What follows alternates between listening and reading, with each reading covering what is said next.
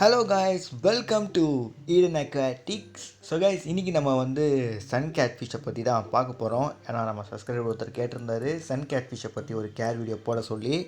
So guys, இந்த மீன்லாம் பார்த்தீங்கன்னா நம்ம நாட்டு சேர்ந்த மீன் தான். ஸோ இந்த மீன் பார்த்தீங்கன்னா ஒரு எண்டமிக். ஸோ இது வெஸ்டர்ன் காட்சியில் மட்டும்தான் பார்க்க முடியும் இந்தியாவில். அண்ட் கைஸ், நம்ம இந்தியாவில் இருக்க கேட்ஃபிஷஸ்லேயே அழகான ஒரு கேட்ஃபிஷ்ஷுன்னு பார்த்தீங்கன்னா அதில் இதுவும் ஒன்று, சன் கேட்ஃபிஷ்ஷு. ஸோ இந்த கேட்ஃபிஷ்ஷால் கிட்டத்தட்ட பார்த்தீங்கன்னா 25 to 30 சென்டிமீட்டர் வரைக்கும் வளர முடியும். ஸோ அது பார்த்தீங்கன்னா கொஞ்சம் ஒரு அடிக்கு கொஞ்சம் கம்மி தான். ஸோ சில இன்ச்சஸ் தான். ஸோ இது வைல்டில் பார்த்தீங்கன்னா ஒரு அடி வளர சான்ஸ் இருக்குது.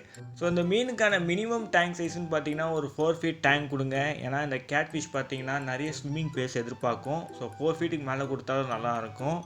ஸோ கைஸ், ஒரு மான்ஸ்டர் ஃபிஷ்ஷஸ் கூட ஒரு கம்யூனிட்டியாக ஒரு மீனை விடணும்னு நினச்சிங்கன்னா நீங்கள் இந்த மீனை விடலாம். ஸோ இந்த மீன் போய் எந்த மீனும் டிஸ்டர்ப் பண்ணாது. இது ஒரு பீஸ்ஃபுல்லான ஒரு ஃபிஷ் தான். பட் நீங்கள் இது வாய்க்குள்ளே போகிற அளவுக்கு மீன் ஆட் பண்ணிட்டீங்கன்னா இது சாப்பிட்ரும். ஸோ அதனால் பார்த்தீங்கன்னா அப்படி ஆட் பண்ணாதீங்க. ஸோ கைஸ், இந்த கேட்ஃபிஷ்லாம் பார்த்தீங்கன்னா சிங்கிளாக வச்சுக்காதீங்க, ஒரு குரூப்பாக வச்சுக்கோங்க. ஏன்னா இது கொஞ்சம் குரூப்பாக விரும்பக்கூடிய ஒரு மீன் இது.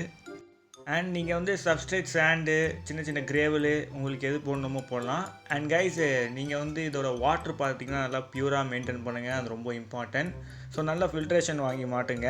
அண்ட் கைஸ், இதோட ஃபீடிங் பார்த்துக்கிட்டிங்கனாலே இதுக்கு நீங்கள் லைஃப் ஃபீடு, ஃப்ரோசன் ஃபீடு, இல்லாட்டி பெல்லட்ஸ் கூட கொடுக்கலாம். ஸோ சிங்கிங் பெல்லட்ஸ் கொடுத்தா நல்லாயிருக்கும். ஸோ ஃப்ளோட்டிங் பெல்லட்ஸ் எவ்வளோ இது எடுக்காது, பட் சிங்கிங் பெல்லட்ஸ் நல்லாவே எடுக்கும் இந்த மீன். அண்ட் கைஸ், இந்த மீன் பார்த்தீங்கன்னா என்டேஞ்சர் ஸ்பீஷஸில் இருக்கான்னு எனக்கு சரியாக தெரியல. சின்ன வயசுலலாம் பார்த்தீங்கன்னா நான் இந்த மீனை வைல்டில் அவ்வளோ பார்ப்பேன்.